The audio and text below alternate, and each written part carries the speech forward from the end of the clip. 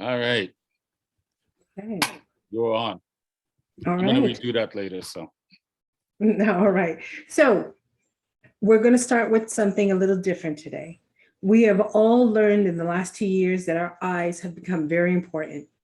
But in that, we've learned that our eyes can become very stressed. So we're going to take a couple minutes here on Zoom as a collective, and we're going to release some of the strain from our eyes.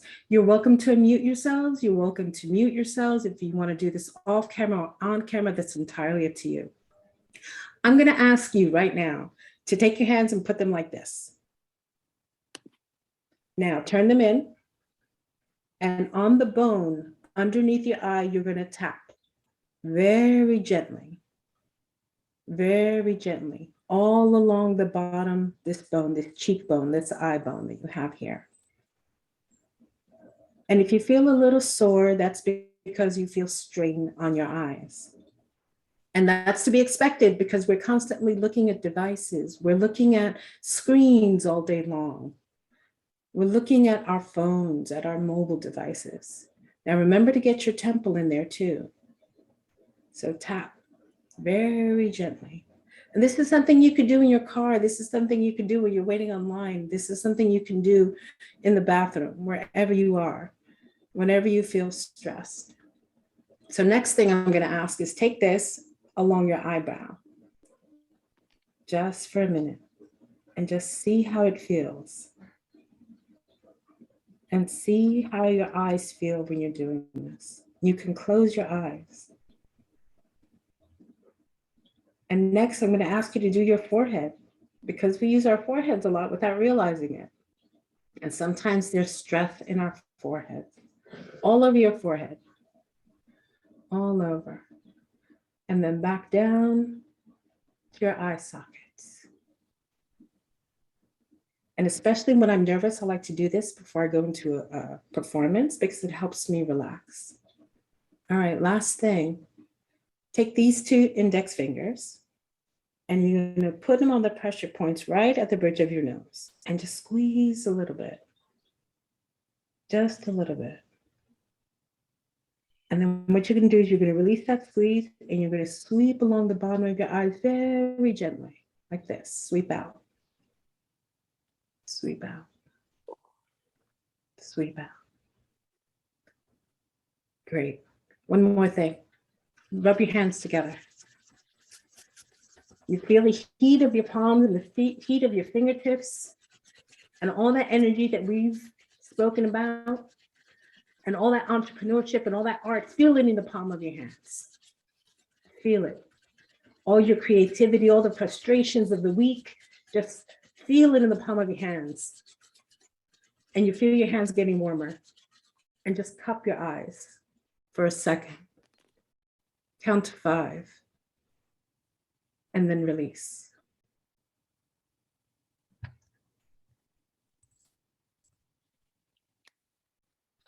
I could say my eyes and my words are filled with ink, that my words run from a place deep, but that is a lie. I am a dreamer. People call me a dreamer. Let them see what my dreams bring. A blueprint of the future not stamped by society's approval, a rule-breaking, earth-shaking, far-reaching arrangement that will be built and rebuilt and rebuilt until my last breath. I'll be that dreamer. Split between realities of nighttime freedom and daylight structure, conjuring, manifesting, creating in my sleep, and those dreams with the life of accomplishment at their foundation, see themselves into tangible representations, bridges designed to keep building.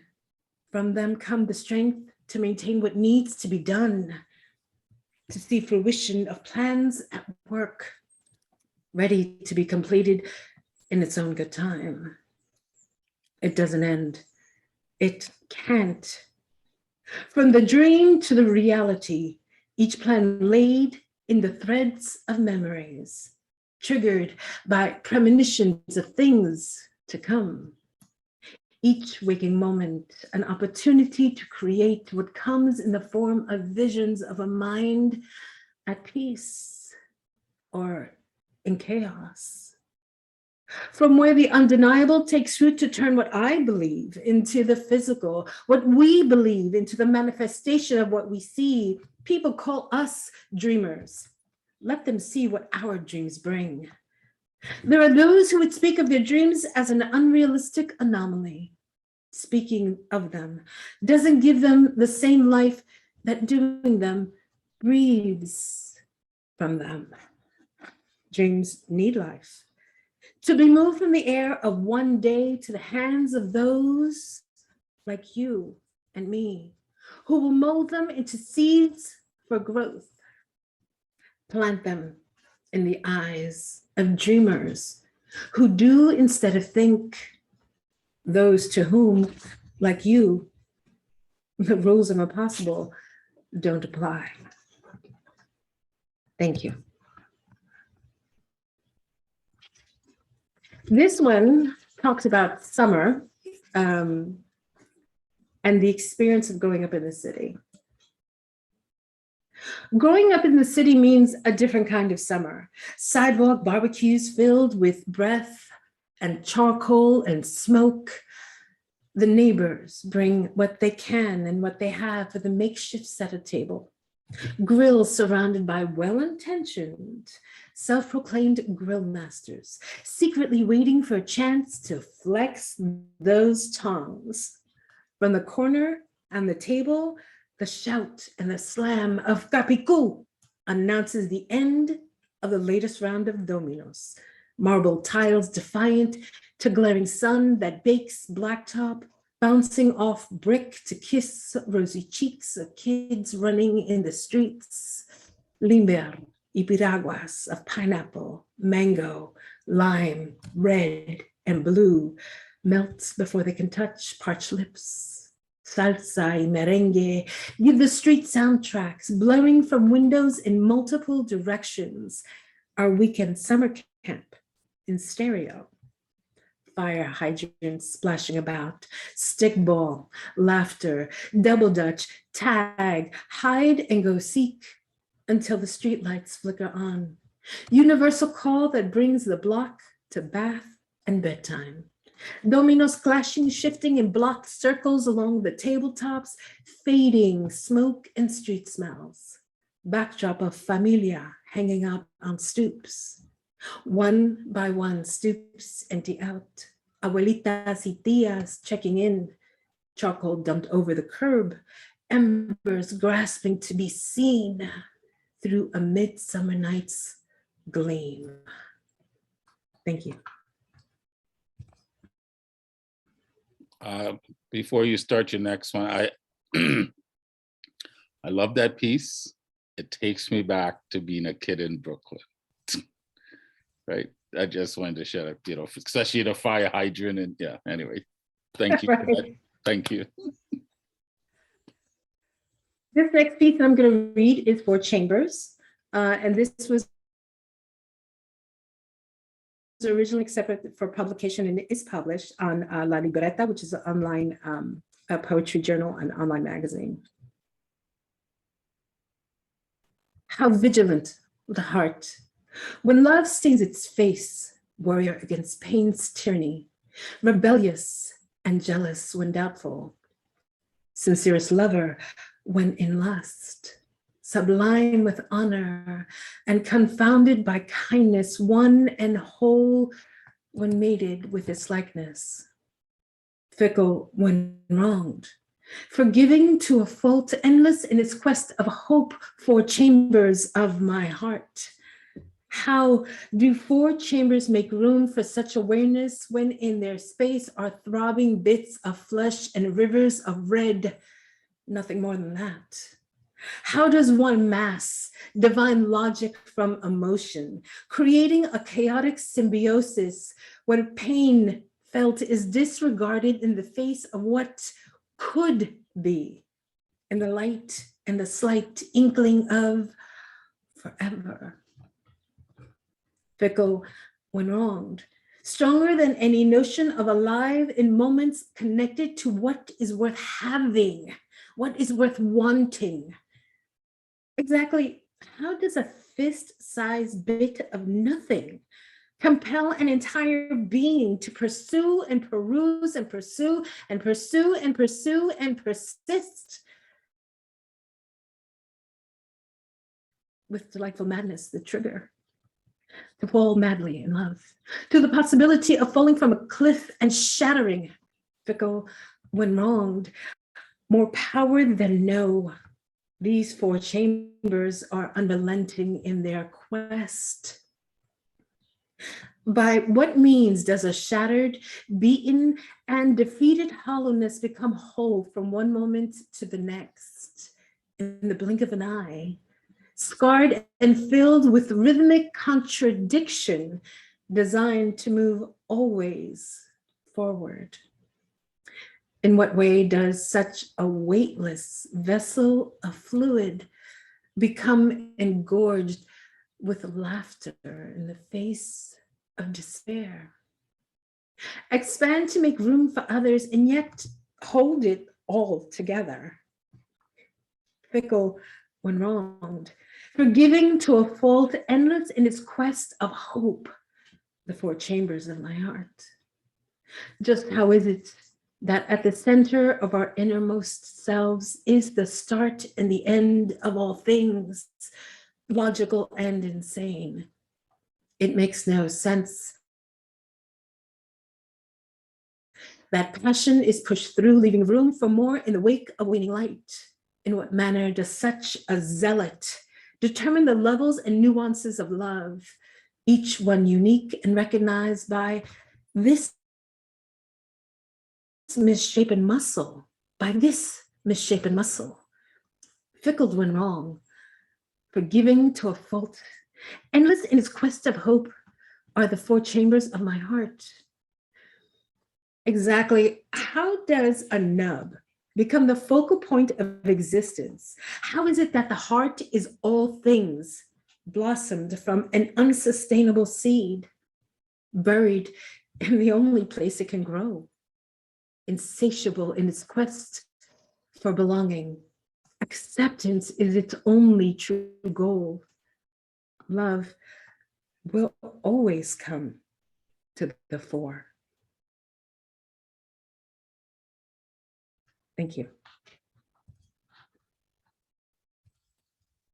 So in this era of change and knowledge and acceptance, and we are all poets here, and we all feel our poetry very powerfully and in different ways. So here, what I'm going to share is a particular piece that's very powerful for me.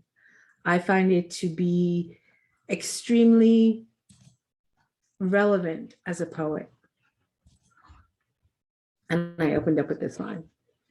I could say my veins are filled with ink, that my words flow from a place deep, but that would be a lie. The blood that runs amok within mine is filled with such passion that ink is nothing compared to what my platelets upon dine. My words, while impactful, are as deep as you allow them. They touch you how you choose them. They move you if you let them. There is no vanity. I am but the messenger. And the longer I spend letting them tumble on end, does it make them any more profound than silence? The ones that form in mindfulness of my perception come through and cut through flesh and bone to make their presence known, with the expectation that the only ears not deaf to them are my own.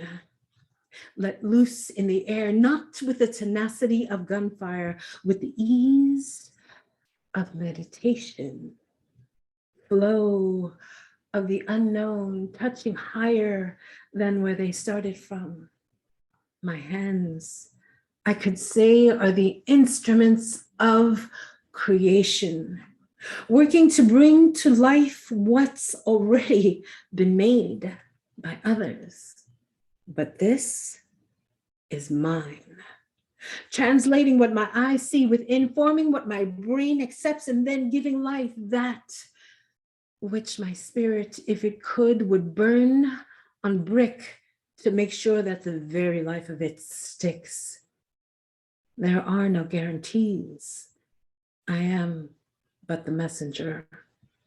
Furiously, the thoughts move within the confines of the box, struggling to find the balance that leaves them not at odds with truth, humility, and acceptance that they too have been heard by others, ancestors sharing space to share their words through ink and voice and hands and air with ease and passion. Fire where there is none to match one. I am but the messenger. Thank you. In honor of Women's History Month, I have a couple of poems, as a woman, I write as a woman, right? So I have some poems that I'd like to share in honor of Women's History Month. This one I wrote originally I'm dating myself, aren't I? In 2014 for a particular theme. The softest part of a woman's body is her heart. Housed beneath armor of bones and flesh, her power lies within her chest. On the outside, set to face a world of challenges and daring, a woman's softest flesh has equal strength. Without a single word spoken, her eyes can command action. There is a softness that yields strength. Perfectly designed, no matter shape or size, gives comfort with grace, cradles a distraught spirit with her most powerful softness beneath it.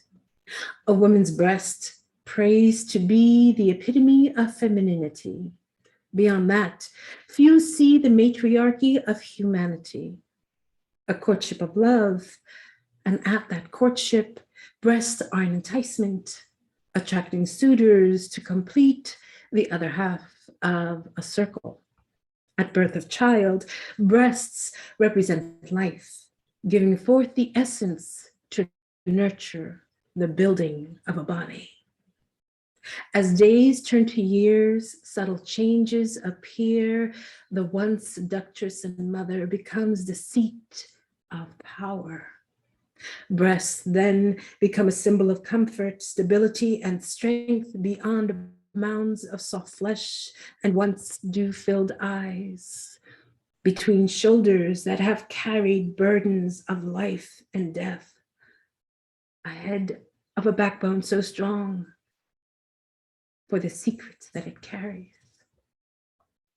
Her body yields the power of softness, relieves children of heartache, comforts friends during sorrow, spreads warmth with the closeness of embrace. And yet, there are times that ravages of life have no consideration of the delicate mounds of a woman's breasts. This does nothing to diminish strength it represents, or that she represents. Her fight is never over, her light is never taken. While her flesh may be altered in the name of survival, her softest power will always remain.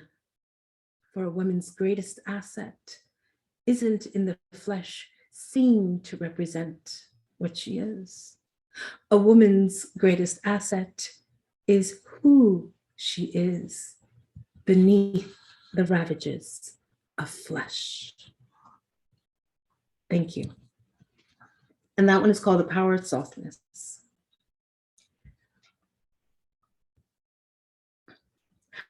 I could extol the virtues of motherhood, tell of the wondrous ability to create life, praise the struggle of raising kids as a single parent, martyr this as my greatest accomplishment. I could hide my failures, asinine judgment calls, ask backwards decisions of madness and chaos that followed, gloss it over, make it pretty.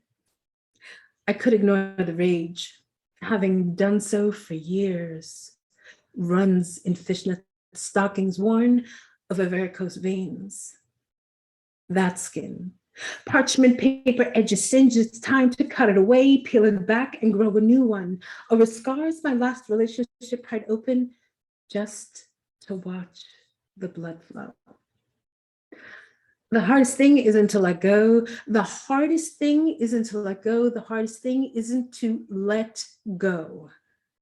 The hardest thing is to move on.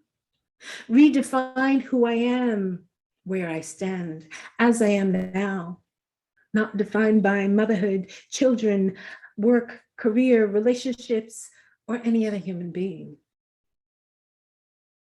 Stand in my glory as I am. At the mouth of change, I dare to look back. My shedding scattered like breadcrumbs along a path that I no longer travel. Maybe I like that. Today, I don't know how true that is, but I do know that I have cut from me the need, the fear, the desire to return to the devil I know. Thank you. How much more time do I have? You have time, you can do a couple more. Okay, great. Let's see here. This one, I have what's known as wanderlust. I love to travel. I love to be in different places. I love to experience different things in different cultures. And this piece, which was recently accepted for publication in Every Kind of Lady anthology, is called Bedouin. Bedouin is the Arabic word for wanderlust or wanderer. It is also, I just found out recently, and I'm going to look more into this, a very strong class of women warriors. So there's going to be a follow-up piece to this.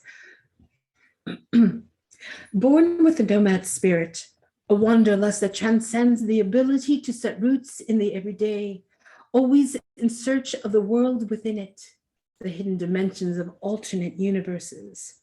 From one lily pad to the next, the grass is only greener at its best.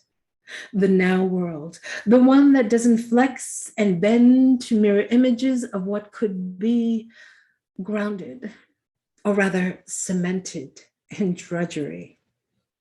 Begging questions that begin with, is this all there is? There must be more to it than this. Is this all there is? I wasn't born to shadow until my last breath. Is this all it is? My spirit wanders on, looking beyond the here, the now, the trauma embedded in my very flesh, flowing through veins of experiences and histories not of my making, birthed into me through traditions long accepted as normal. Beyond that, past the harvest of everyday seeds embedded in folds and flesh, comes a new moon. The moon of the wanderer, one that changes everything, bathing the flat earth's surfaces in traces of new dimensions. Hunter's supermoon, shift to fill feasts of nomadic motion. Bursting seeds marred by what was accepted as normal, deflated roots of generational trauma, heart racing, tingling at the possibilities of light, by the fire that is the horizon, coaxing this wanderer through angles and angles exposed between colors that boggle the mind, with a grace that eases the body, raw in its very tone. Feast to every sense, birthed in every moment, a wild heart entranced, captured by its own heat, encircled by sweet new seeds, primitive in their need for growth, dropping along the way of the wanderer's path, where the true adventure begins. Thank you. So this last piece that I'm going to share with you is one of the very first pieces. we've grown up, or we've learned in poetry to memorize your pieces, right? That's always, what you should do. And that, believe it or not, comes from slam poetry. In slam poetry, you have to perform, you have to be very engaging. So that now has become the standard. I'm going to put that in air quotes, the standard. And that's really not the case. But the first time I performed poetry, I was so nervous. My hands were shaking, my voice was shaking, and I was standing up in front of people I'd never stood up before. And I decided that there was going to be the one piece that I was going to use to connect with everyone. So that if I was nervous, I was feeling uncomfortable, this is the piece I'm going to perform, because it's the only piece I could memorize. So here we go. In the event of my untimely demise, let it never be said that I went quietly, without love in my heart, rage on my soul, or thoughts on my mind. Instead, let me be remembered for the loves I've had, the convictions I stubbornly held onto, the lack of filter from head to lips, thoughts spewing forth without fear. You see, I'm not afraid to die. I'm not afraid to be forgotten. I am afraid of being in this life as if already dead, of not having the passion of my heart ignited, or of having that fire extinguished.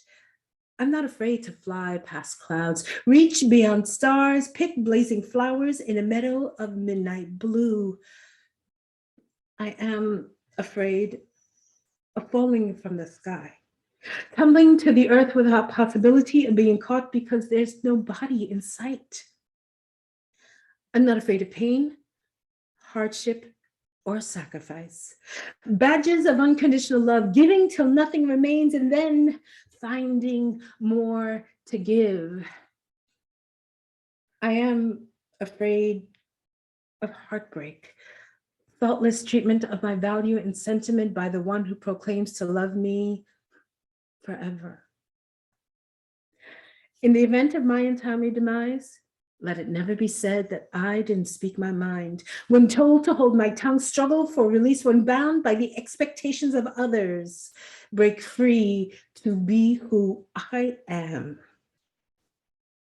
In the event of my untimely demise, let me go as I've always wanted, in the throes of passion.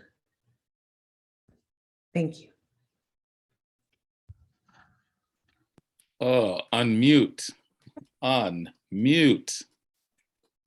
Wow. Oh my gosh. Bravo. Woo! That Bravo. was fun. That was good ass. Sorry. You just never fail to amaze, my dear. I don't know about you guys, but you have one more. This is an encore. Come on, I'm a poet. I always have one more. Great answer. Okay. Well, so let's encore, see. encore, encore, encore. Thank you. Okay, let's see. I got goddess bumps, man. Serious. I love that.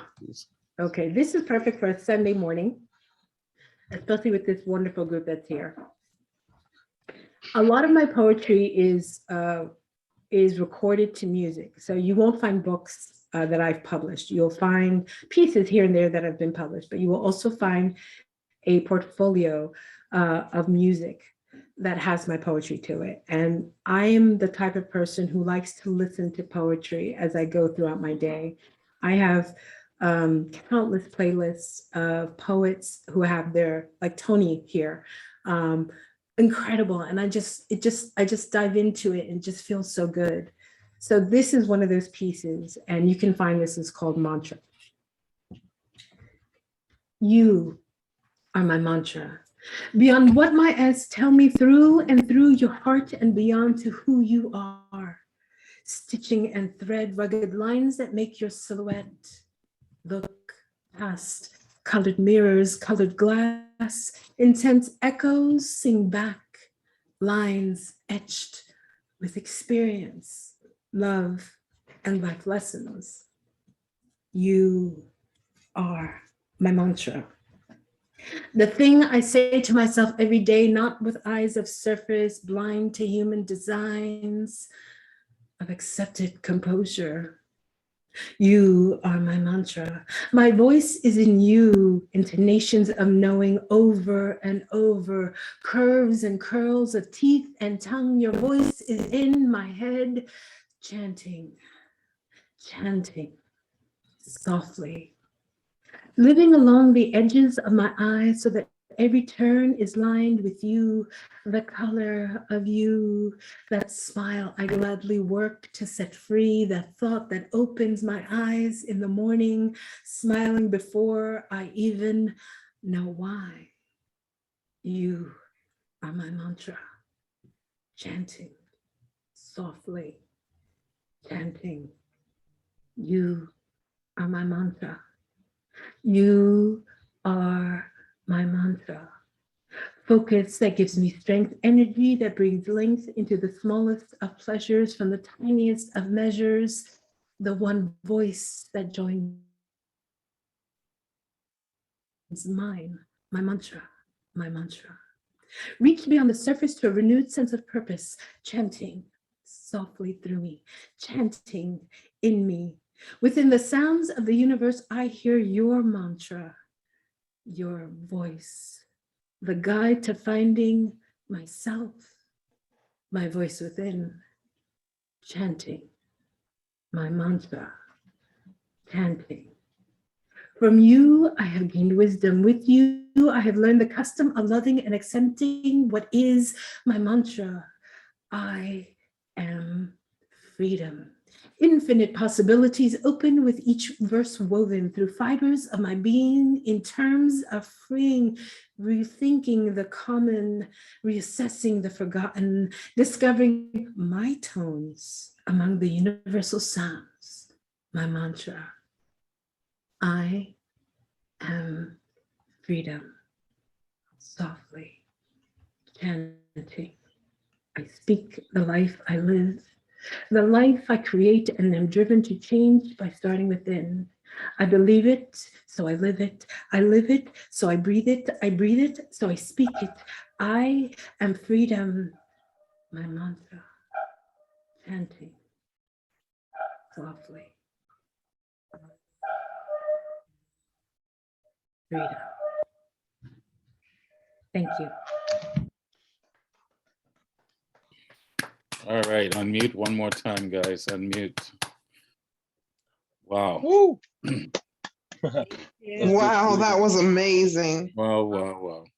Beautiful. So, kind of joking earlier that I got an online ministry. I feel like we just went to church. Thank you so much. That was brilliant, my friend. Brilliant, brilliant. So, how's it feel? How does it feel? How does it feel You. to everyone? I want everyone to tell me how they feel. Yes. Your Yes, words are very yes, inspiring. amazing. Your poetry makes me empowered, so I'm that was awesome. Hmm. Yeah, I wasn't kidding when I Powerful. said I had goddess bumps. Yeah, your I was poetry. really moved by your poem about breasts. That was really beautiful. Thank you. The power of softness, right? Yes, yes. Yeah. Power softness. Good. Presentation is excellent. Mhm. I'm sorry, say that one more time. I didn't quite get that. The presentation is excellent. Thank you. I appreciate that. Mhm. Thank you. Your words are very inspiring. Shows you live like a very like a life that it might have been, even if it was hard, you're still seeing a very positive light out of it. Tried to share that with everyone else. It's really nice. Thank you. Thank you very much for that. Mhm. Love your poetry and the way you perform. Just loved it. Thank you. Mhm. Thank you. You make it. You know. I'm proud to say I'm a poet when I listen to you. You know, seriously. You know, I just love. I love your flow. I love your words. I love the meaning behind it, the imagery. Like I said, that one poem takes me right back to being a kid in Brooklyn. You know, I could see ourselves walking up, you know, running across Empire Boulevard and waiting for the big fat man to come with the wrench so we can unplug the fire hydrant, and like That's literally right. took me right back to that. And Yeah, watching growing up in the city. and watching the girls play double dutch, and so your poetry is about life, and I think I saw someone in here say, you know, they feel celebrated, and that's what it is. So all right, let's do this. Let's get to know you a little bit. What's your full name? Okay, my full name is Susan Justiniano. Justi. That's the name that I was given at birth by my parents. Okay. My given name as an adult is RescuePoetix. Okay. And where were you born? I was born in New Jersey in a hospital in, let me see, Hackensack Hospital, New Jersey. Okay. So Hackensack, New Jersey is where I was born. All right. You know, this is not going to be a traditional interview, so I'm not going to ask you a bunch of traditional questions, but what's your favorite word? My favorite word is freedom. Freedom. Yeah, I kind of gathered that from some of your poetry. What turns you on poetically? When a poet believes in their poetry, whether they're reading it off of paper, whether I'm reading it from that book, even the shyest poet with the most powerful voice, that really gets the wheels going. That really gets me with my fingers snapping and encouraging. And yeah, a poet who believes in their poetry is the most powerful weapon in the world.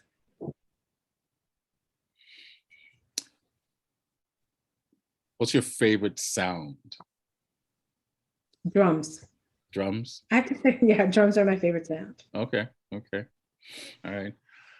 What's your favorite curse word? Oh, there are so many of them. And although I don't use profanity in my poetry, that's deliberate, that's intentional, not to use profanity in my, and when I hear a poet use profanity, and I'm getting around to answering you, it gives it a different dimension. It gives it such force. You know, the expression is you say it with your chest. When I hear profanity in poetry, that's what I think. They're saying it with their chest. So the F word obviously is one of my favorites. And one of my other favorites is bollocks. The word bollocks is just bollocks. Yeah, I just love that word bollocks. And it's interchangeable for a lot of different things. See, it's funny you say that because I love the word wanker from my rugby days. So one of the things I picked up from the rugby boys, you wanker. Just a few more. And if anyone has a question, please, you know, raise your hand and let me know. If you didn't write poetry, how else do you think you'd express your artistic energies? That's a very, very interesting question because I already do that. Okay. I grew up in corporate America. So I use my creativity in corporate America. And I do like business writing, and I do presentations and training, and I do all kinds of interactions with people. So what I do in my creative life, although I keep my professional life and my creative life separate from corporate America, I use a lot of the same concepts from my creative life in my corporate life. So it would be, I think, connecting people is one of the things that I really enjoy doing. And I do that everywhere. Nice. Does anyone have a question they'd like to ask before I ask the last one? Bring it. Oh, Don't be shy. okay. There's a couple. So Daniel, you go first since I heard you first. I'd like to ask, it's probably a random question. What would you call the hardest thing you've had to face in life that you've had to overcome, and what was the thing that made you overcome it? Uncomfortable? Speaking in front of people is second thing people are afraid of besides death. Okay.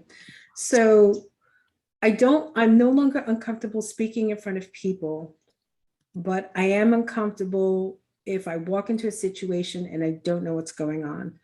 I'm a researcher by trade. I'm a researcher by instinct. I'm a researcher by nature. I like to research things.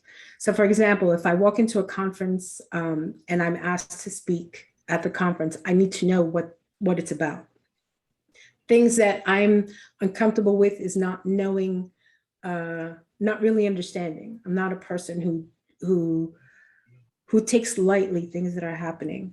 I try to get involved and get to know things before I get involved with them, for example. So being on that unbalanced situation intellectually really makes me uncomfortable. But other than that, I figure out, ask questions. What's the worst that can happen, right? So the most difficult thing, and this is one of the reasons that the piece of obituary came about, one of the most difficult things I've had to endure, and this is the hardest thing I've ever had to do in my life, everything else pales in comparison to this. I had to tell my 6-year-old daughter that her grandmother died. That was the most difficult, challenging, hardest thing I've ever had to do. Prior to that and after that, raising 3 kids by myself, going through all the trials and tribulations of being a single parent on a single income was nothing compared to that moment. And the piece obituary came from that. You know, as you lose someone that you love, people talk very well about them. You know, they give them their accolades after they've passed. So the piece obituary is that piece where don't talk about me when I'm dead. These are my fears. I'm not afraid of dying. I'm not afraid of being forgotten, but don't treat me like I'm forgotten. If you value me, if you say you love me forever, then treat me like you love me forever. Otherwise, make room for others. So I hope that answers your question. Yeah, that's beautiful. Thank you. Great answer. Great answer. Someone else had a question? Yes, Yanni. And Yanni and Catesbury, okay. Okay. I always curious about your name. Why it's RescuePoetix? What is the reason behind that one? Yeah. That's a great question. So I came from Paterson, New Jersey, into Jersey City, and I started coming and I got introduced to the underground art scene here. And I've always been the person, what can I do? How can I help? You know, building bridges, building those relationships. What can I do? What can I do? What can I do? How can I be part of this? How can I help you? So one day, coming from Paterson to Jersey City to attend an event, someone was loading or unloading something for the event. And I walk up and sure enough, he turns around and he says, "Here comes Susan to the rescue." So rescue stuck. and I wanted that to be understood that what it had to do with. It had to do with poetry, because not only am I there to rescue, but sometimes I need rescuing myself. And it's that word, it's an action word that we as a collective, as poets and as creatives, we rescue one another. Thank you. Kate, you had your hand up. We'll do a couple more because we have to get going, but I love, this is obviously an invitation for you guys to all reach out to Susan and get to know her. Sorry, Kate, go ahead. Hi, Susan. I was curious, as far as having your poetry put to music, is that something that makes a more economic, feasible path rather than publishing books? I don't know about economical and feasible. There is still, even with music producers, the idea that a poet isn't as worthy or as valuable as a singer. Okay, I've spent years trying to change that mentality.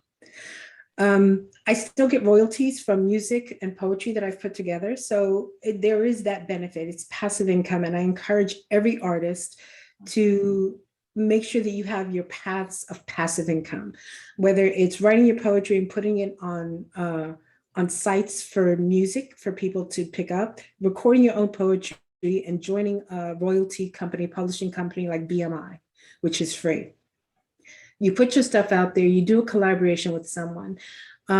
What people don't realize that on Facebook, when Facebook decided that they're going to mute or shut down anything that had music in it, it wasn't because it was copyright infringement. It was because Facebook then is required to pay royalties on anything that's played on that platform. Yeah. So there is that possibility, just like with books, to earn income in different ways, to do different things. And it's not one or the other, it should be both. You should explore every possible way that you can earn money from your creativity, whether it's a jingle, whether it's submitting to write music or songs for someone, whatever it takes, whether you go into a place and you write something on a wall for someone, find every possible way to make money from your creativity. I'm a strong believer of that. Okay. Thank you so much. And if you need help, let me know, because I'm happy to sit down with you and go through certain steps. I know it can be overwhelming. A lot of creatives don't have what creatives call a business mind, but you do, because you do it every day. You do it for yourselves. Mhm. You have a budget, you pay your bills, you do things. So you do have that mind. Now it's a matter of understanding that it's the same concepts for your business as a creative. So I'm happy to sit down and help put a budget together, put a business plan together, whatever it takes, wherever you need to go, I'm happy to direct you. Well, Susan, as you're talking, I think you and I need to sit down and have a talk about creating the first business in poetry symposium or something like that.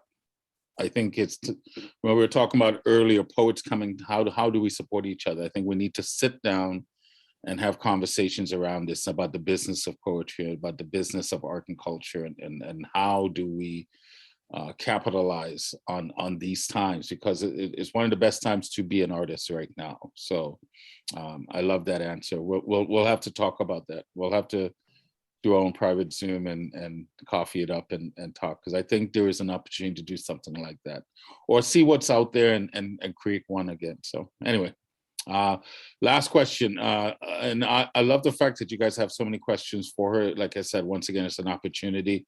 I've already put her a link in the chat, and then Susan, feel free to put whatever else you want to put in there, but reach out to her and get to know her, because I think she's an amazing, not just amazing poet, just an amazing human. So Richard, I'll give you the opportunity to ask the last question. So very, very impressed. It was beautiful. And I absolutely really appreciate that important nudge that you made to remind poets, look, you're being creative, you're offering this to the world. It's a darn good idea to make some money off that, to help you. And I think that's so wise and so generous. And I will always remind people that was a wonderful idea that you brought. Thank you so much. Thank you. Hey, the money's on the table. Somebody's picking it up. Why can't it be us? Why can't it be us? Raleigh? Why not us? Yep. Raleigh? Yes. Raleigh, on the link, there it says for the link tree, is it tr.ee? Is that correct?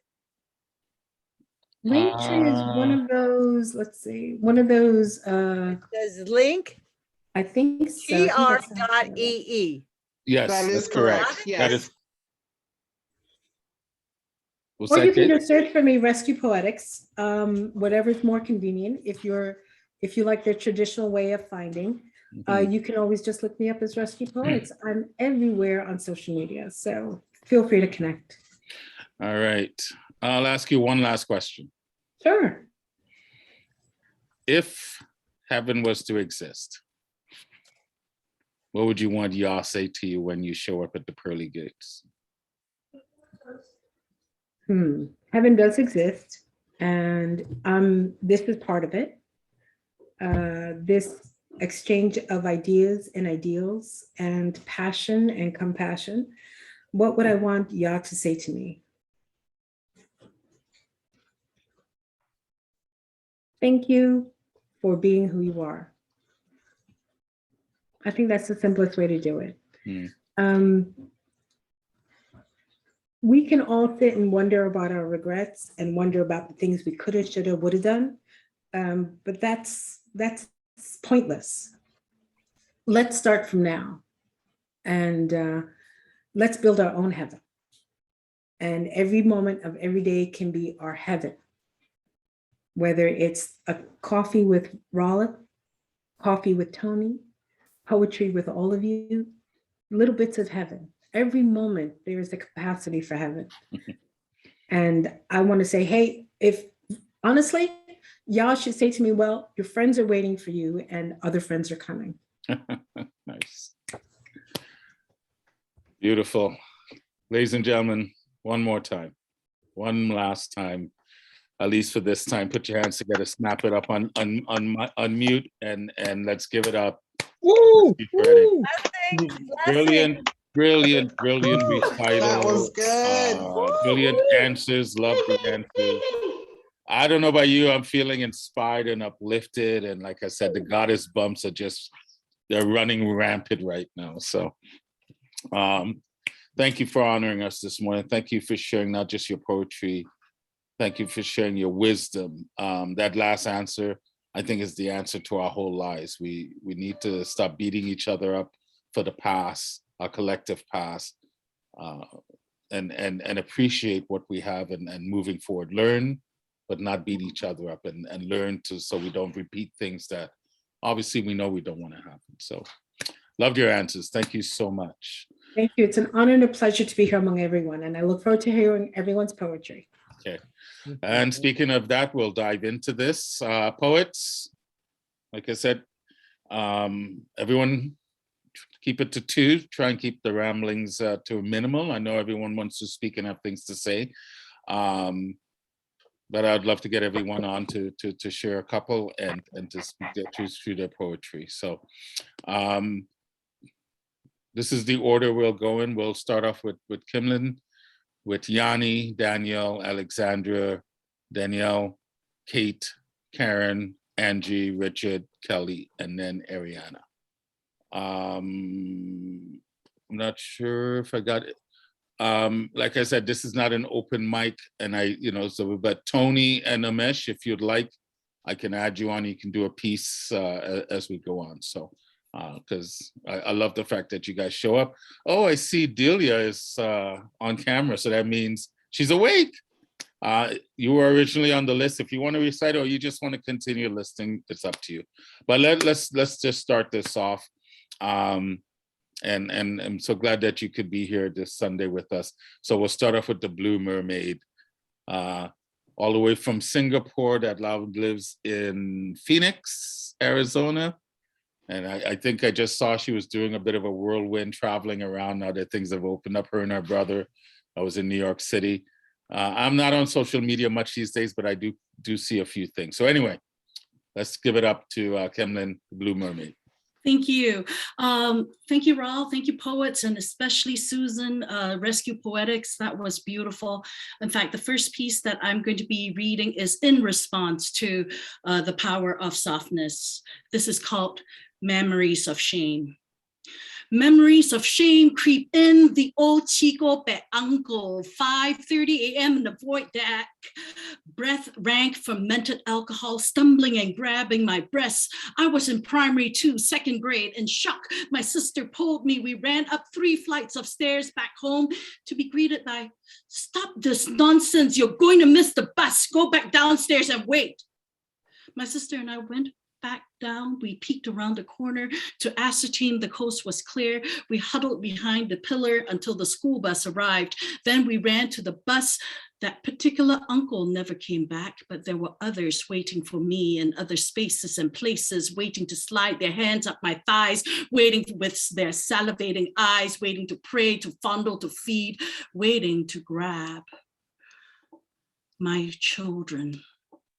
I bore my 3 children, nursing them, watching them, suckling heartily from my beautiful, painfully swollen breast, bringing forth sustenance to these helpless ones, hungry, imploring me for survival.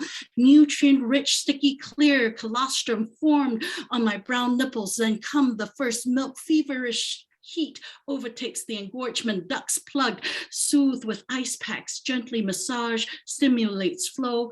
Milk comes in, my babies attach, voraciously feed, and slows to cessation.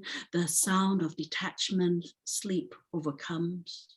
My precious children, my neck hurts from craning, my eyes transfixed on you, my child, my children, my daughters, my son. Nursing gave my breasts, my body meaning. So I thank you for these memories, for my memories, once known as shame. Then I shall close with a celebration. On Friday, in honor of International Women's Month, I had the pleasure of hosting an event called Tesoro, which means Precious One. And I got to host 19 sisters, powerful poets that inform my life. So this is a dedication to them and all you women and all of you who celebrate those of us who identify as women. Thank you. Tonight, I swam with sister sirens who sang with revolutionary voices. I'm gonna have myself a real good time. I was so engaged, I forgot I was the host. Oops, I feel alive. My spirit soared with each syllable, word, line, stanza. You stopped time. I wanted time to stop. My heart stopped. And the world, I'll turn it inside out. Yeah, you did it. We did it. I can't believe I did it. I'm floating around in ecstasy. I hope you are too. Please don't stop me now. Don't stop us now. I don't want to stop at all.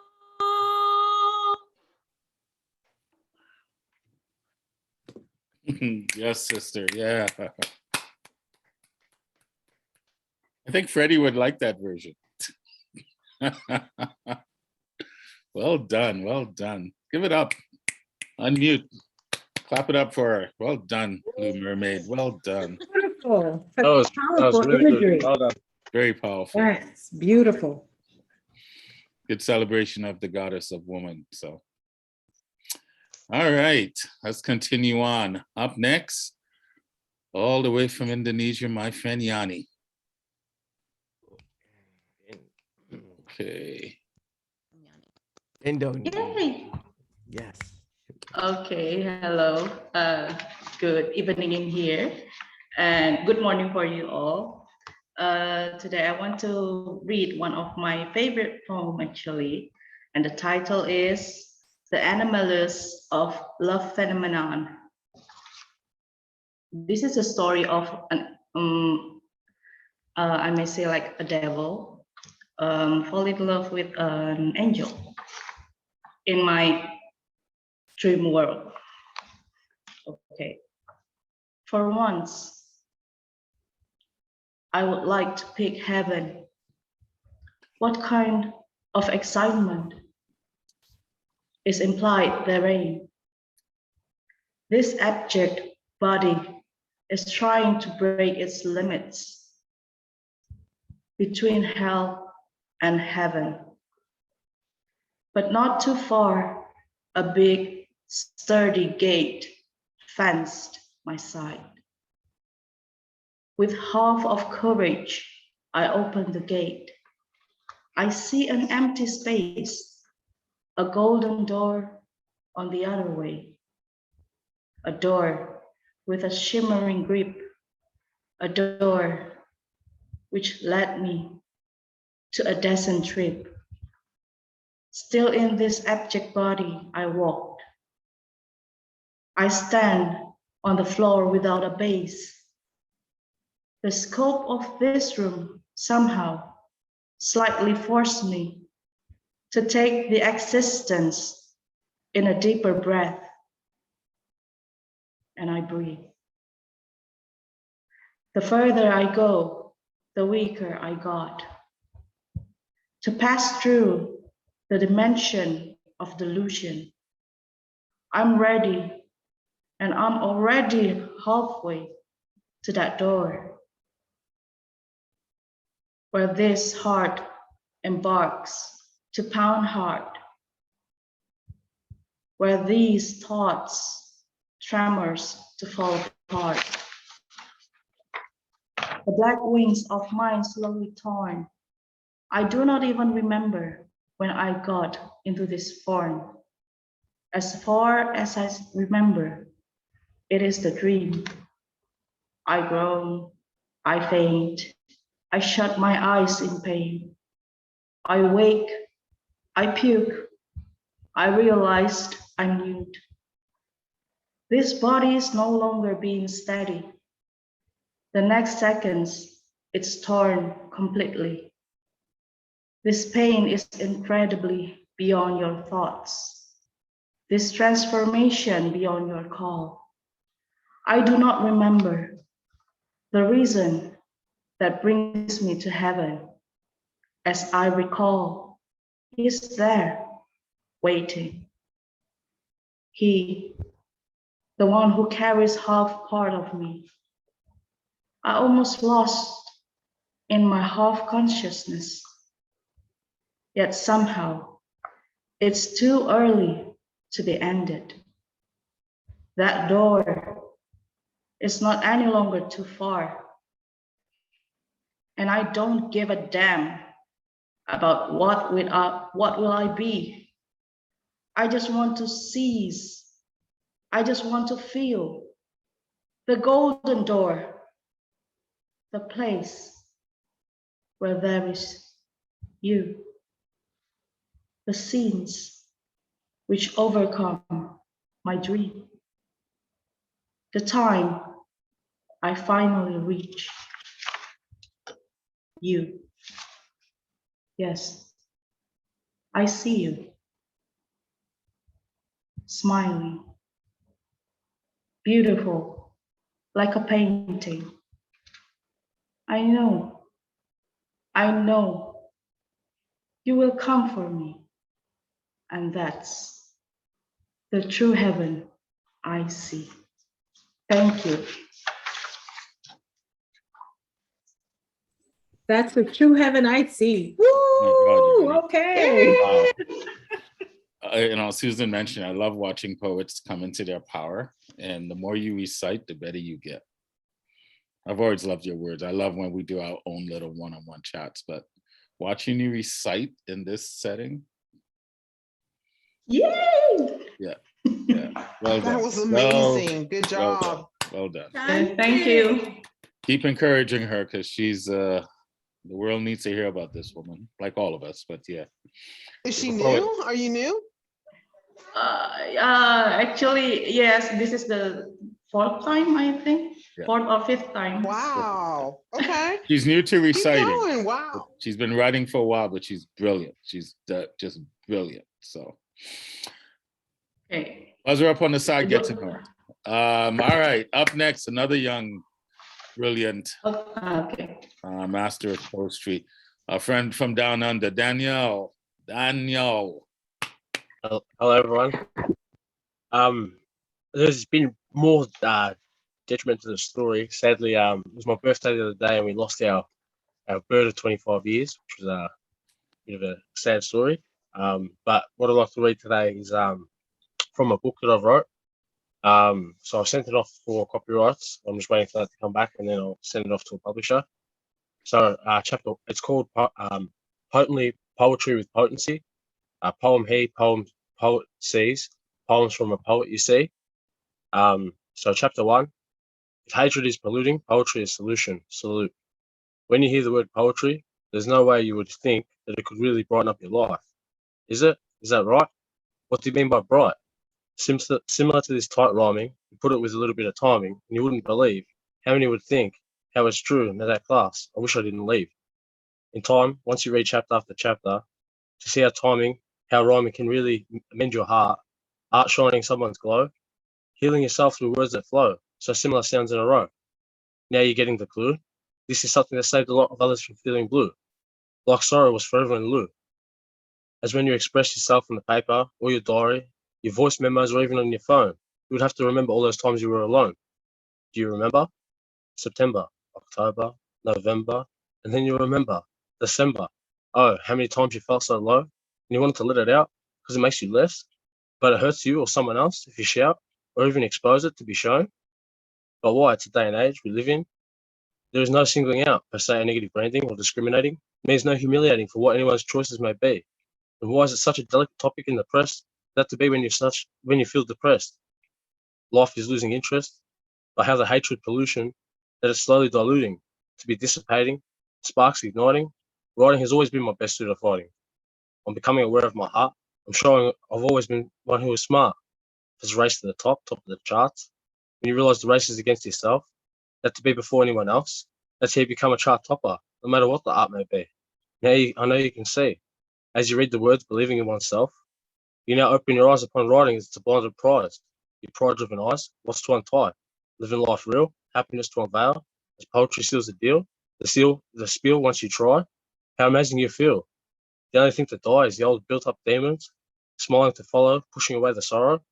Truth sinking, lips sinking, as having respect will never leave you backstepped. Although, let's talk about some life events. My little vent. Show the world it's always better to have your mind state content.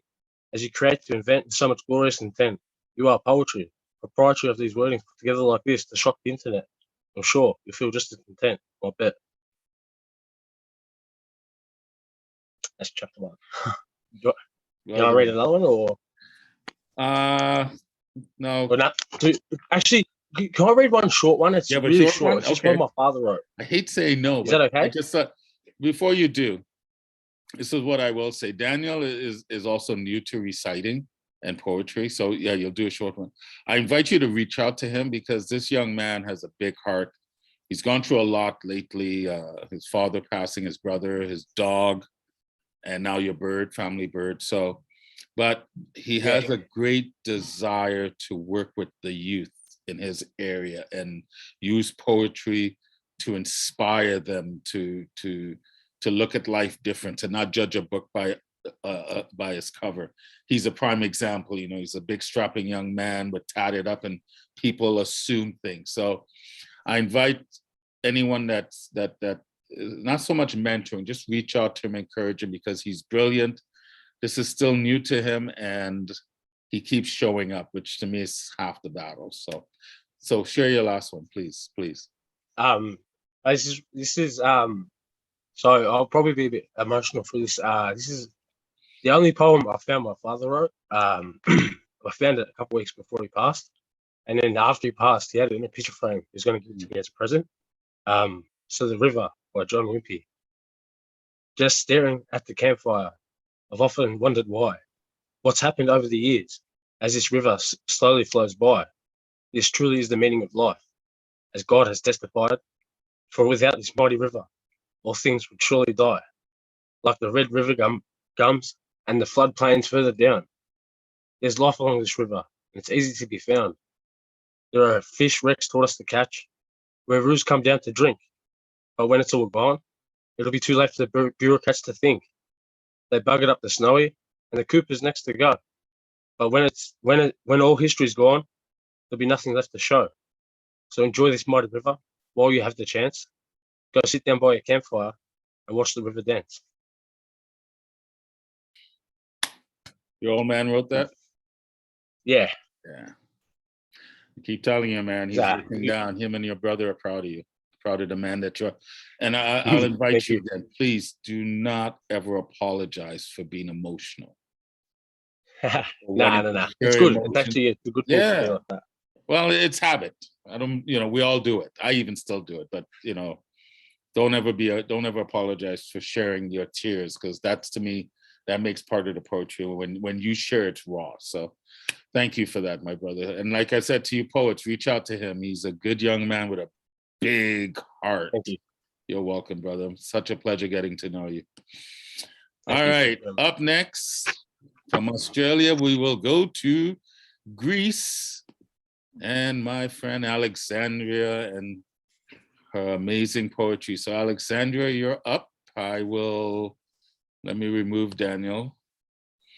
My Zoom is acting up today. It's not responding as quickly as I wanted. So yes, just give me 1 second, because I want to just spotlight you. I don't know why it's not working.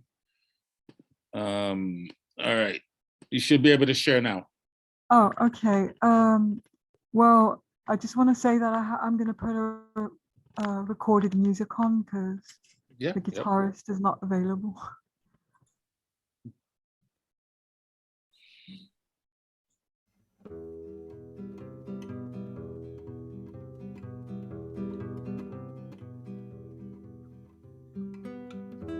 you see the graphics going by?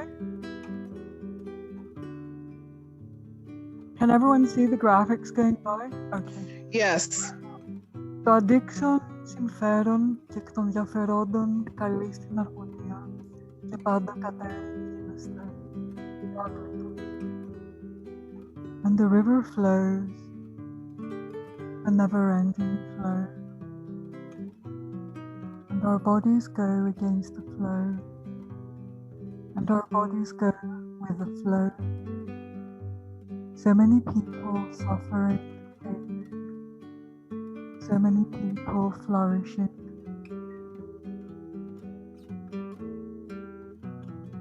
Synthesizing turquoise love and kindness. Like a colorful blossom on a tree, erecting, balancing our physical body, our beauty, health, strength, vibrancy, disease, releasing our spirit into mystic quality.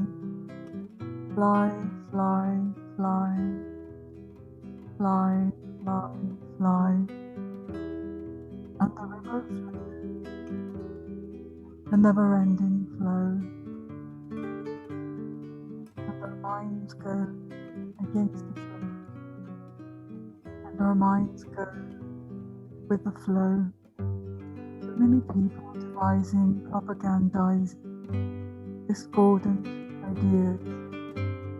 So many people initiating harmonically, synthesizing turquoise love and kindness, like a perfect symmetry in a moving diagram, directing, balancing our thoughts, our words, order, clarity,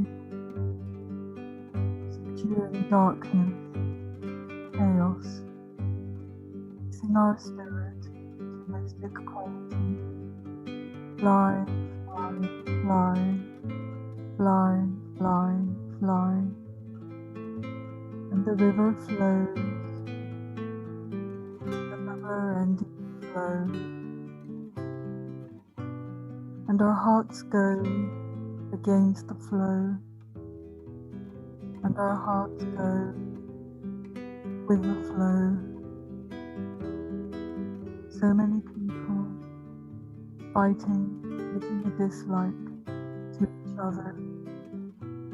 So many people collaborating in each other's company, synthesizing turquoise love and kindness, like a spark of fire in the darkness, directing, balancing our emotions, our passions, into hope, courage, brilliance, overcoming resentment, raising our spirit into mystic quality. Fly, fly, fly, fly, fly, fly, and the river flows, the never-ending flow, and our souls go against the flow. Our souls go with the flow. So many people gloomy, stressing outside their magical world. So many people gloomy, shining inside their magical world, synthesizing turquoise love and kindness, like the fluorescent glow of a firefly, erecting, balancing our intuition, our flame, into aspirations, visions, visionings, phosphorized, visible, invisible, releasing our spirits into mystic quality. Fly, fly, fly, fly, fly, fly. The river flows, Just let it flow.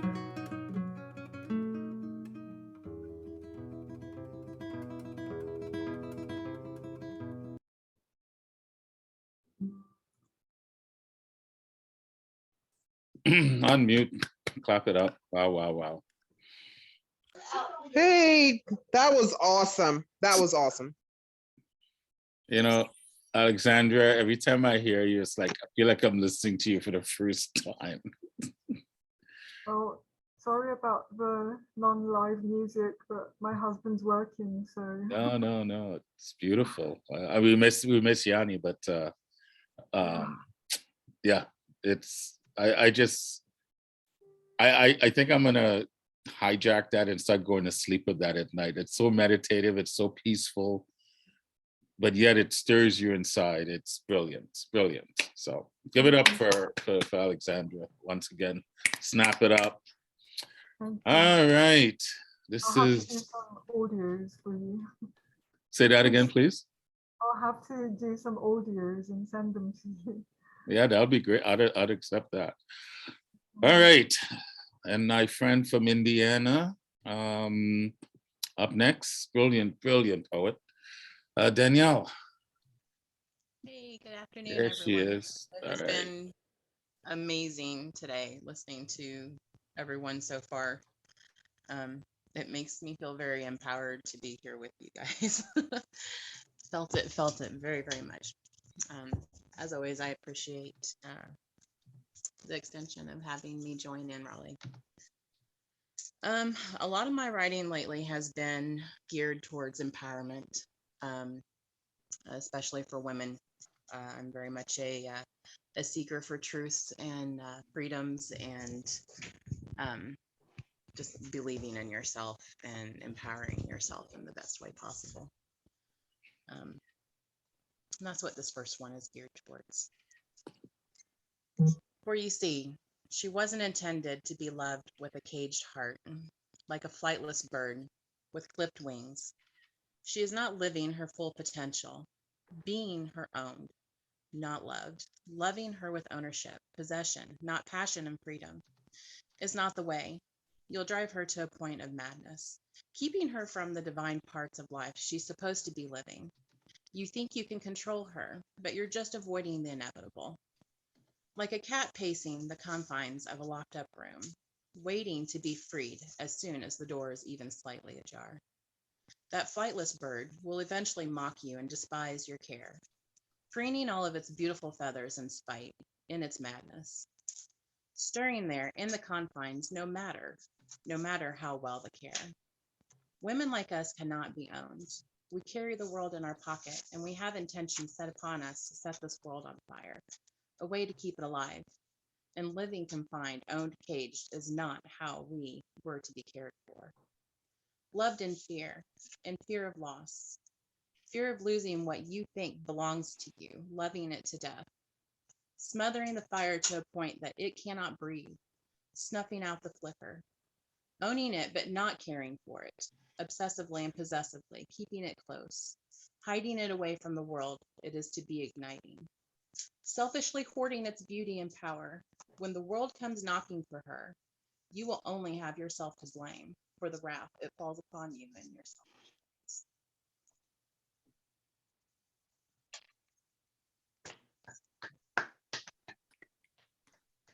Thank you. Only doing the one? I'll do a second one if you like me to. No, yeah. Okay. Everyone. This one is a little bit harsher of the heart. That love is not always guaranteed in life.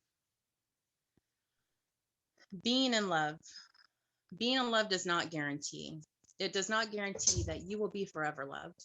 It does not guarantee that you will be found flawless. It does not guarantee that you will be taken care of eternally. It does not guarantee a single solitary thing. You will have such woos and woes, comings and goings, love and vibes, promises and imbibes. It will carry you to the moon and back on an energy that will make your head spin and bring you to a dead stop on your knees. Depending on whether you are on the receiving end or finding yourself lurched in an abyss of lack where it once was. It does not guarantee forever. It does not guarantee to be caught. It does not guarantee peace of mind. It does not guarantee to always be loving and kind. What once was sparkling and new can become dirtied and parted and used. To muse a lost love and to be once adored is the worst punishment one could ask for. Being in love does not guarantee that you will always be the one. It does not guarantee that your safety net will not be yanked right the fuck out from underneath you. It does not guarantee you a fairy tale ending. It does not guarantee that you will not be burned down to the ground. What it does guarantee is that when it doesn't go as planned, you will rise. What it does guarantee is that you are strong as all fucking get out. What it does guarantee is that you can return from anything that burned you down to the ground. What it does guarantee is that you will find your way back. What it does guarantee is that you love yourself enough to get past all those not guaranteed reasons. When it all goes to hell, you are the only guarantee. I like that. I like that a lot. Doesn't guarantee a damn thing. I love that. Thank you so There much. are no Fish. guarantees. There are no guarantees. No guarantees in life at all. Even when you find love. Yes. Great piece. Great piece. Thank you for sharing your wisdom. Thank you. All right. Oh, you're most welcome. Most welcome. Okay, up next, Kate. Are you still with us, Kate? Yes, thank you okay. so much. I was lost there for a minute, so Yeah. I'm back. Thank you. Good thing I looked in the waiting room. Oh, yes. Oh, so greetings, everybody. This is a wonderful month of many wonderful things happening and many things that give us ponder. Imagine without. Warped rules of engagement proven by mania, inflicted on people, unannounced, unknown. We are all standing true to freedom for people. A leaderless, ruthless, imagining his grandeur. Did hell interrupt this gathering without masks to gleam each other? Has our shock calculated the price of gas? Thousands more will be killed while you decide what to wear. Our United Nations General Assembly is not prepared. Strategic plunder for ports of call, each seaport town. All wars are for petrol. I can't find my glasses. I don't know where my vitamins are. I don't know what to do. Can you imagine without? Women's History Month. Women's History. I'm a woman all year long. Yes, Congress defeated the passage of the Anti-Lynching Act 200 times after more than 100 years of efforts. Those 200 bills that failed, legislation designated lynching as a federal hate crime passed during our Women's History Month on the day of International Women's History, March 8th. Blessings to the mothers of the brutality. This is the beginning. It's not over. We begin again every day. Women's history. 6 months after the 19th Amendment was ratified, giving women the right to vote, there was an assembly in the Capitol Rotunda unveiling a massive statue, their statue gleaming. Women were first denied a soul, then called mindless, now arisen, declaring herself an entity to be reckoned. Their work would be honored and recognized until the very next day when the statue was moved to the basement underground and Congress was ordered The inscription must be scraped off. My passion has driven my travels around the world of poets' words, right at home, deliciously enjoying enriched learning experiences. When his fame always blamed women interfering and being a distraction, how long ago in Harvard all-male library, up to 1967, barring women because they were a distraction from serious scholarship, Naomi Weinstein and friends dressed in skin-tight leotards and danced and blew trumpets in front of the library windows, shouting, "Distraction, distraction, we'll show you distraction." Naomi died in 2015 at age 76. Others debating, why do we have to ride side saddle? Bit dangerous, don't you think? My love goes to all the poets, and my poetry books are full, but today I wanted to give blessings to all the mothers who have suffered under the ruling thumb of the men that felt their superiority should X them out. And may it all be brought back from the days that I would attend our local library on racism films, helping all the people that aren't in cities with mixed cultures, that have gone out to their private little Idahos and their gated communities. The library had films on racism. I spoke out. Where are they? Oh, Katie, dear, people were not very comfortable with it. I say, get comfortable. Love, Kate. Thank you. Oh, you radical, you. God, I love you. Oh, thank you. Thank you. Thank you for the reminder. There isn't a woman's issue on this planet. There's a man's issue. Remember that. Thank you so much for that. The power of it and the reminder. All right, up next, another force of nature, Miss Karen Scott. We almost succeeded, Raleigh, with this experiment of me being in two places at once. I'm going to start with a poem that is somewhat ekphrastic.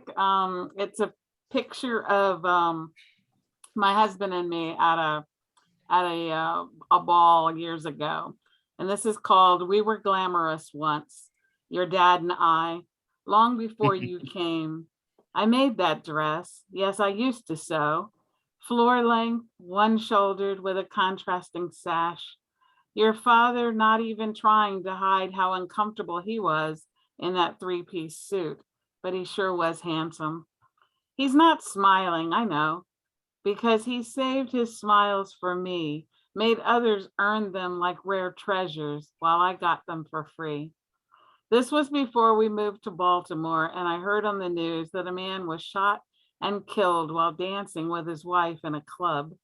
That ended our nights of going out. We partied with friends in their homes, but there was no more dancing in strange places and dark bars. No more nights on the town, which suited us just fine. No uncomfortable suits, no hand-sewn gowns, but we were glamorous once. I tend to write poems of memoir. I'm basically writing them for my daughter, and she's included in a number of them. I don't often write to forms, but when I do, I have fun with it. So this one is a cascade, and it's called Time Cascade. We tell time like griots, by seasons and events, the highs and lows of our lives, not by days and weeks on the calendar. Spring arrived with the last full moon. Rains gave us a drought-free summer. I got Trooper that fall for my birthday. We tell time like griots. Remember the year of the Xenia tornado, or when spring break started with 13 inches of snow, Hurricane Ike's strong winds, memories sharpened by seasons and events. It happened the year Alex was born or the year Thomas died, 30 years that have passed since Daddy did, 10 since my mother became my child, redefined the highs and lows of our lives. I remember when Mount Pinatubo erupted, JFK was assassinated while we were in the Philippines. I measure love by the moment I first saw you, not by days and weeks on the calendar. Thank you. Wow. I measure love when I first saw you, not by days and weeks on the calendar. I heard you for the first time. I think it was last week or this week. No, last week, a couple of weeks ago anyway. And yeah, I just want to hear more. I want to hear more. You and I have to talk. You're brilliant. You're brilliant. Love your words. Thank you. Love the way you weave your words, man. I love them. All right, up next, all the way from TNT, Angie. TNT is Trinidad and Tobago for all you others around the world. Hi, good day, everyone. Hi, Angie. I'm going to read one entitled Rise Up. The world is calling out for mothers to rise up and claim their children. All who nurtures and molds, providing that unique gift of understanding and love. No judgment, no reprimand, just open arms. One hug, no words, says you are safe, I'm here. Arms wrapped in warm embrace, love is felt as a warm glow that wards off negativity. Find a way to do it now. Be the change in your child's life. Find ways to stay connected to them, not just by blood, but by conversations and action. Take a moment of your time to share a smile, a joke, a laugh. Discover your child's interests, explore their talents, provide the necessary tools to develop these talents. Listen to the unspoken words and actions. They provide the most insights to their unveiling and expanding world. Children, rise up and claim your mother. Make the blood flow evenly through both of you. One hug, one embrace. Strengthen the ties that bind you together. Listen to her words and wisdom. Be guided by her action. Make the precious moments count. There is no tomorrow. Yesterday is gone. Only the here and now, the present. Rise up and make this world a better place, starting with one relationship, two people lighting up the world with love and compassion for each other. Yes. Yes, Angie. Thank you. Do we have time for another? Yes, one more, please. You can do. Okay. I love that This piece. one- That's like a call to action. So Yes, it is. Thank you. This one was written for my elder daughter.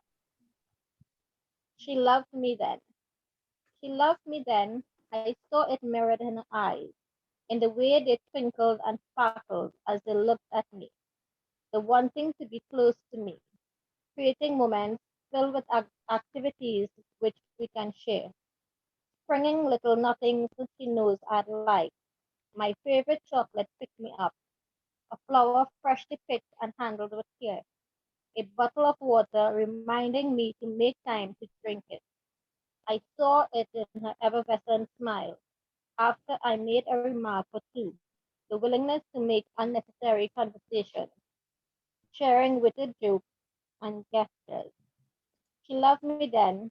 I saw it in her stance, the way she walked towards me in the bounce of her step, the lightness of her movement. Circumstances took her away from me. Now the avoidance, no meeting of the eyes, passing by like a shadow in the light. Cooked meals left uneaten on the table. The chocolate appears as if by magic, elf on special occasions. No more moments to make wonderful memories. Yet there is hope if need be, she'll be just a message away. She loved me then, now she's just bounded by duty. Thank you. Thank you, Angie. Keep writing, man. I love your work. I do. It's, you Thank know, there's a simple grace to your work, but it seems that almost every one of your poems is a call to action. Seriously, and I that's a powerful thing when you as a poet can capture that, and like your last poem, inviting children to heed the words and wisdom of their mothers. That's, yeah, so good for you. Well done. All right. This young man, I'm really looking forward to spending some time one-on-one via Zoom and getting to know. Our schedules haven't meshed yet, but it will soon. But I love seeing him every time I show up into these open mics and these types of forums. So I call him friend and brother because he is already. Anyway, put your hands together for Richard, guys. Woo! Good one. Thank you, my friends. Thank you so very much. It's an honor to be among such a fine ensemble. I changed my mind on what I was going to read. I had to go in another direction. There was so much eloquence about women and mothers. I didn't want to go in that direction, and I didn't want to go to war. The heck with that. But I will address one other thing that I think is both thought-provoking and perhaps amusing. This is one of my COVID pieces. It's entitled Down from the Trees.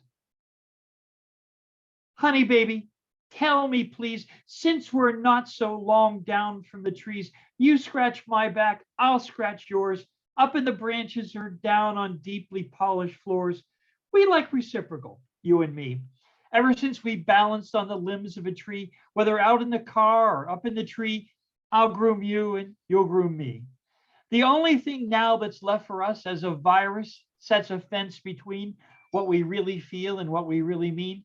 With you so far away on the other side of the glowing screen, just one more day. We wave weekly, how I miss your sweet perfume and the many ways, darling, you decorate a room. The distance Mars, behind our screens, glass walls untouched. Oh, honey baby, tell me please, since we're really not that long down from the trees, I wish you were here to find and pick off all my fleas.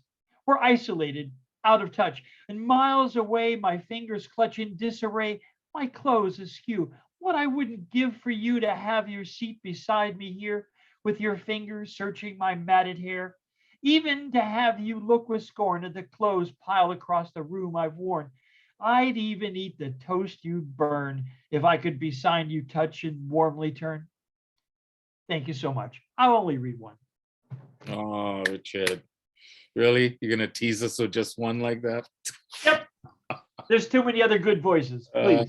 You're too modest, my friend. You're too modest. So we're going to spotlight you one day. You're brilliant. Thank you, my brother. Thank you. All right. An honor. We have two more left, and I love the fact that most of you are hanging around and enduring love with us this Sunday morning. Let's return back to the island of Trinidad and Tobago and bring in Ariana to share some of her words with us this morning. Are you still with us? Yep, I hear rustling. Hi, everyone. There you are. Hi. How are you?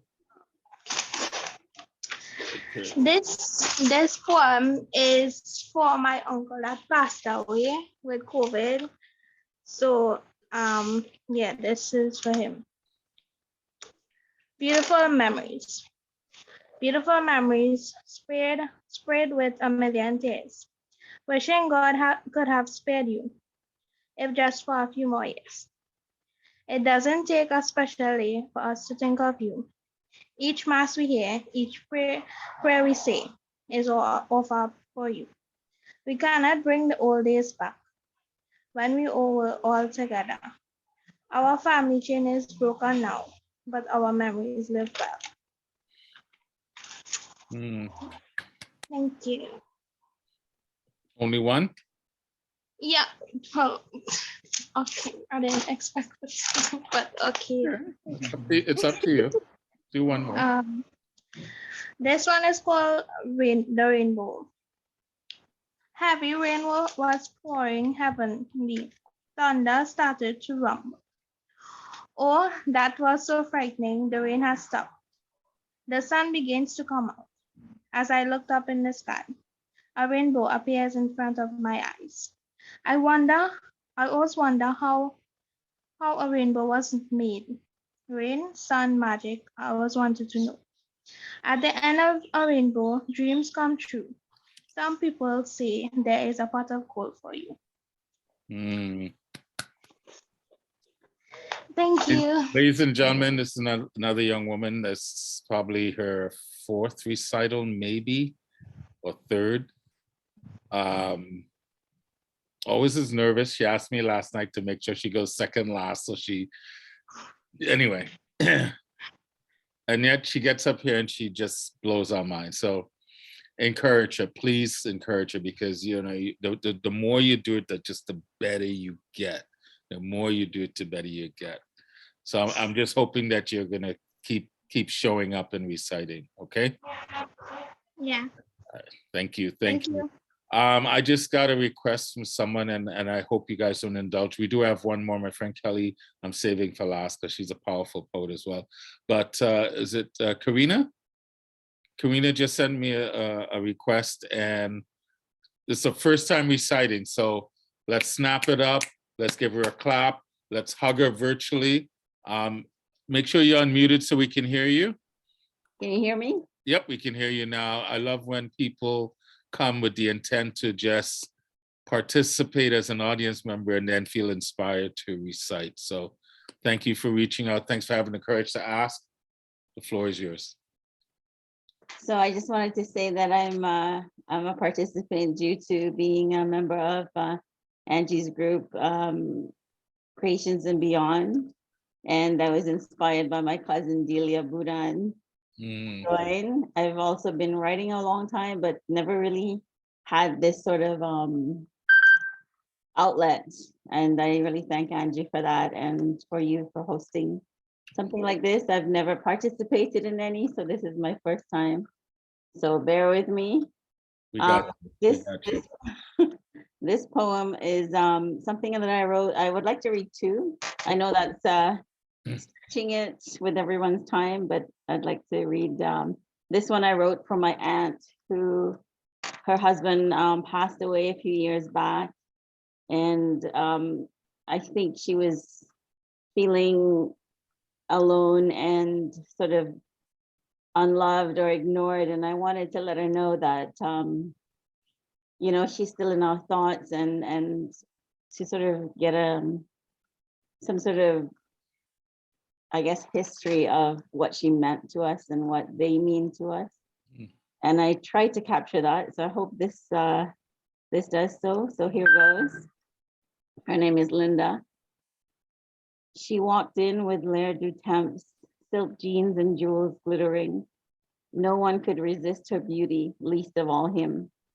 One look across the floor, one dance, and he was hers. That dance lasted a lifetime. A husband adored and admired. A man who gave his heart with sweet smiles and a gentle tongue. A woman who gave her all. Strength was her mantle. Two people whose love endures all. Whose lives touch generations, who built a foundation of trust and acceptance, of trust and love and acceptance, a blessing to everyone around them. Sometimes in the noise of life, the things that you think go unnoticed are the things that are never forgotten. If I could wrap you both in a cloud of love everlasting, that would be my dearest wish. So you would know you are loved beyond measure always. For Auntie Linda and Uncle Sundar, with love always. Oh, that's beautiful. Beautiful tribute. Thank you. Thank you. And this one I actually wrote yesterday morning while I was in bed listening to the rain falling. It's a little sensual, so I hope I can read it all. Like I said, we got you. We got you. Good. Rainy mornings. The title is Rainy Mornings in You. I awaken from this reverie. The sound of the rain on the roof penetrates my mind and my sleepy eyes. and makes me smile from past memory. My warm body turns and stretches. I can almost feel the strength of your arm reaching around me. Now just sweet memory etches. The curve of my spine still feels your embrace. I arch into your body like when you were mine. I imagine tender kisses like fire, trailing a path on my shoulder. The sweet taste of your body to this day fills me with desire. But the raindrops are slowly abating, seeping into the crevices of my mind. The present slips in and I awaken. No more time for torturous contemplating. And that's it. So, how do you feel right now? A little nervous. I would love to hear what people think. I don't know. Well, I would invite everyone to unmute because that's your first reading. And Angie, if you're looking for reasons to want to know why your group is, and look, this is a result of someone coming to your group and developing the courage, because I really don't care if you're nervous. You just read, and I wouldn't know you were nervous. I wouldn't have known it was the first time you've ever read anything anywhere. No way. That's why I always tell people, embrace the nerves. Nerves that you're about to do something important. Fear says you're not worthy to take the spot and share your truth. And you, I think Karen, I saw it in here, Karen just goes, you're a true poet. Thank you. Right? Your words are brilliant. Thank you very much. She's a natural speaker. Yes, she's a natural. Mm-hmm. You've been hiding that all this time? I've been writing a long time. But I've never. Stop hiding. You're welcome here anytime. Thank you for having me. Oh, thanks for having the courage to ask to share this morning. Seriously. Thanks for blessing us with those words. Your aunt would be very proud of you, of that tribute. So, well done. Wow. Thank you. I love my life. I love my life. All right. And then there was one, and I appreciate everyone sticking around. I know, friends from around the world had to leave, but I saved this young woman for last because there's a number of you I'm going to be reaching out to feature you. But she's a powerful, powerful poet. Getting to know her as well, and I just think she's brilliant. So I'll just snap it up, clap it up for my friend Kelly.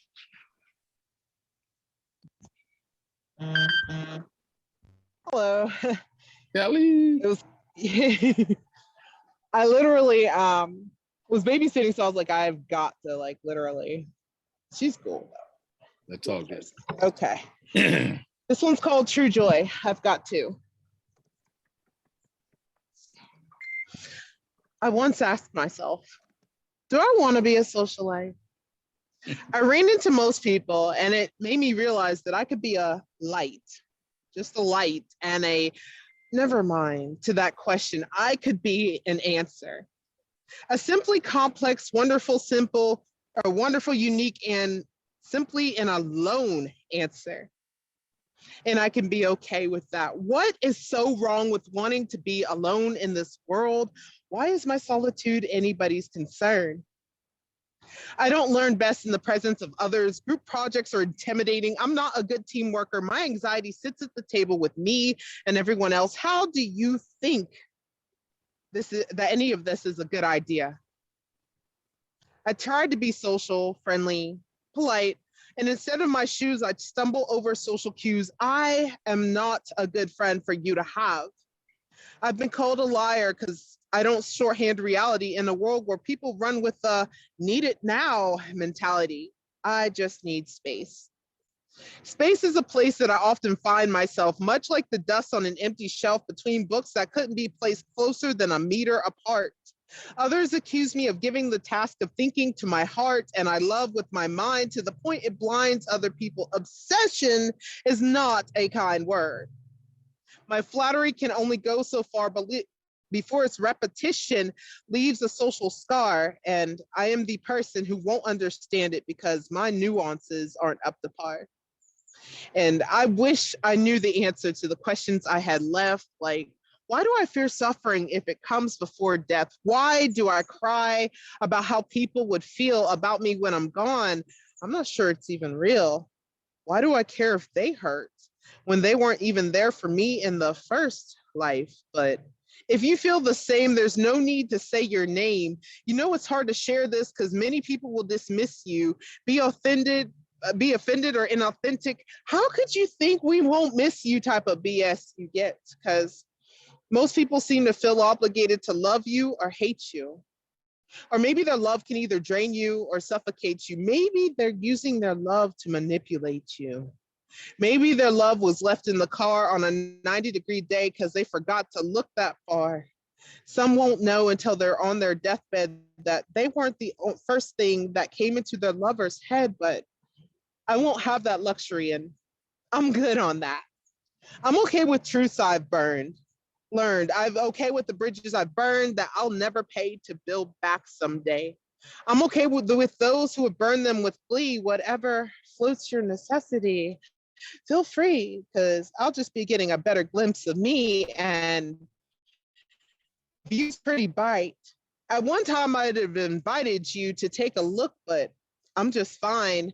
I can't and I won't let you access my mind, and I'll take my never mind and raise you social media. In fact, I'll trade you it for encyclopedia so you can be social and I'll never mind it. The true joy is being me, and you cannot find that.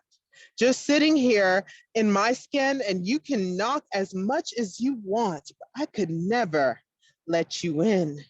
The true joy is being me, being my own sanctuary, being me. That's the first one. Wow. The second one, a little bit deeper, I will admit that. It's called Secondhand Advice, new poem. Wild burps and a night of responsibility. And the day a father indirectly showed he gave no care for me.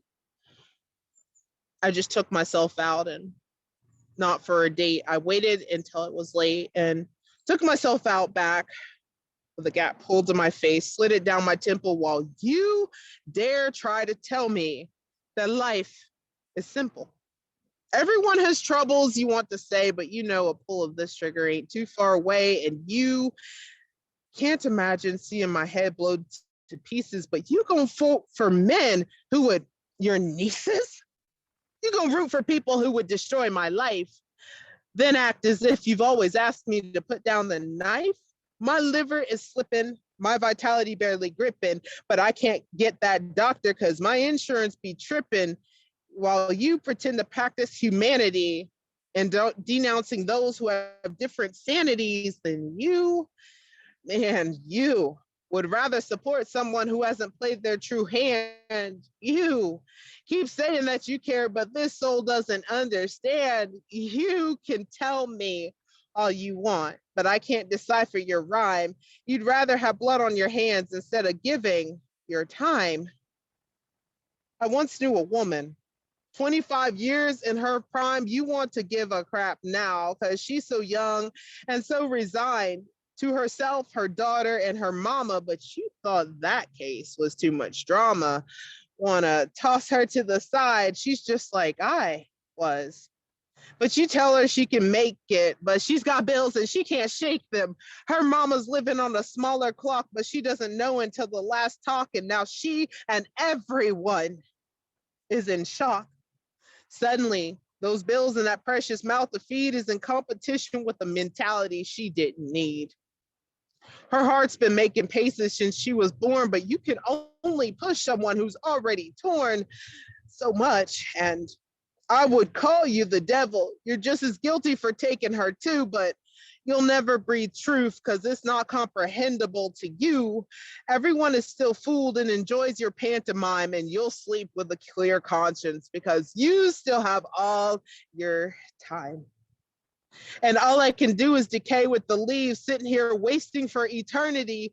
There are so many fates worse than death, but my chest had stopped rising way before I took my last breath, and I'm already dead to you, so what's left And you're okay with speaking things I would never want to say. You're all right with the mares that extend way past the night. The behaviors I couldn't even fathom to do aren't only permitted, but perfectly acceptable to you. So when you tell me I'm sick, I want you to know that you are too. And I used to want your empathy, but do the math, because you couldn't give what you didn't have to start with. But if you want to hear this again, you'd better insert 1,000 dimes, for this message is worth hundreds of dollars, not to mention my time. Thank you. Oh my Lord.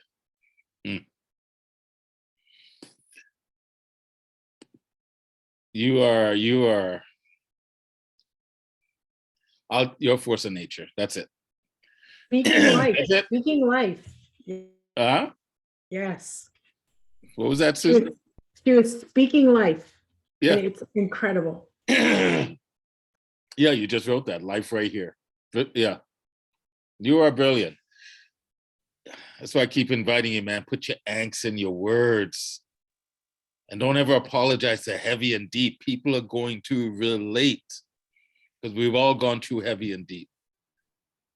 But you do it in a way, you make me want to laugh and smile.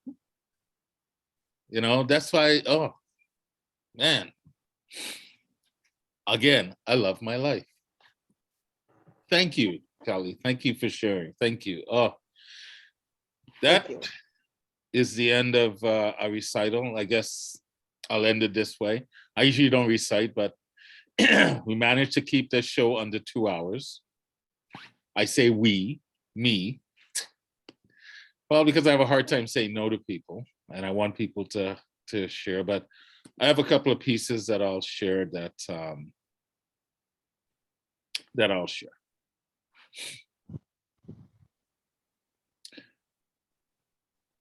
Let me just bear with me 1 second. Okay. I guess I could spotlight myself. Susan, thanks for keep reminding me because I keep falling asleep at the wheel. If I am to die today, let me die a poet. Pen in one hand, the other love extended. If I am to die today, let my words ring true, that they brought no harm. I said what I meant what I said, spoken with love. If I am to die today, let it be said, I walked gently, simple in grace, humble in body, back and forth on the path of enlightened thought.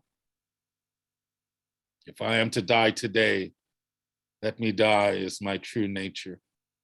Open heart, loving eyes, my karma neither good nor bad. I created past the illusion to see we are one. If I am to die today, I'm happy to have lived life in every breath. End of poem.